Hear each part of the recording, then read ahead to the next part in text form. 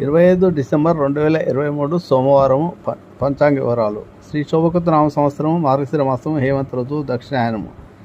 ఈరోజు సూర్యోదయం 6:31 ప్రారంభమవుతుంది. సూర్యాస్తయం 5:27 అవుతుంది. ఈరోజు తిథి శుక్ల చతుర్దశి తెల్లవారుజామున 4:59 వరకు ఉంటుంది. తదుపరి పౌర్ణిమ వస్తుంది మంగళవారం. నక్షత్రము ఈరోజు రోహిణి నక్షత్రము రాత్రి 9:41 వరకు ఉంటుంది. ఈరోజు యోగము సాధ్యము ఉదయం 6:33 వరకు, తర్వాత కరణము గరజి సాయంత్రం 5:12 వరకు. శుభ సమయాలు ఉదయం 9 నుంచి 10:30, సాయంత్రం 4 నుంచి 6.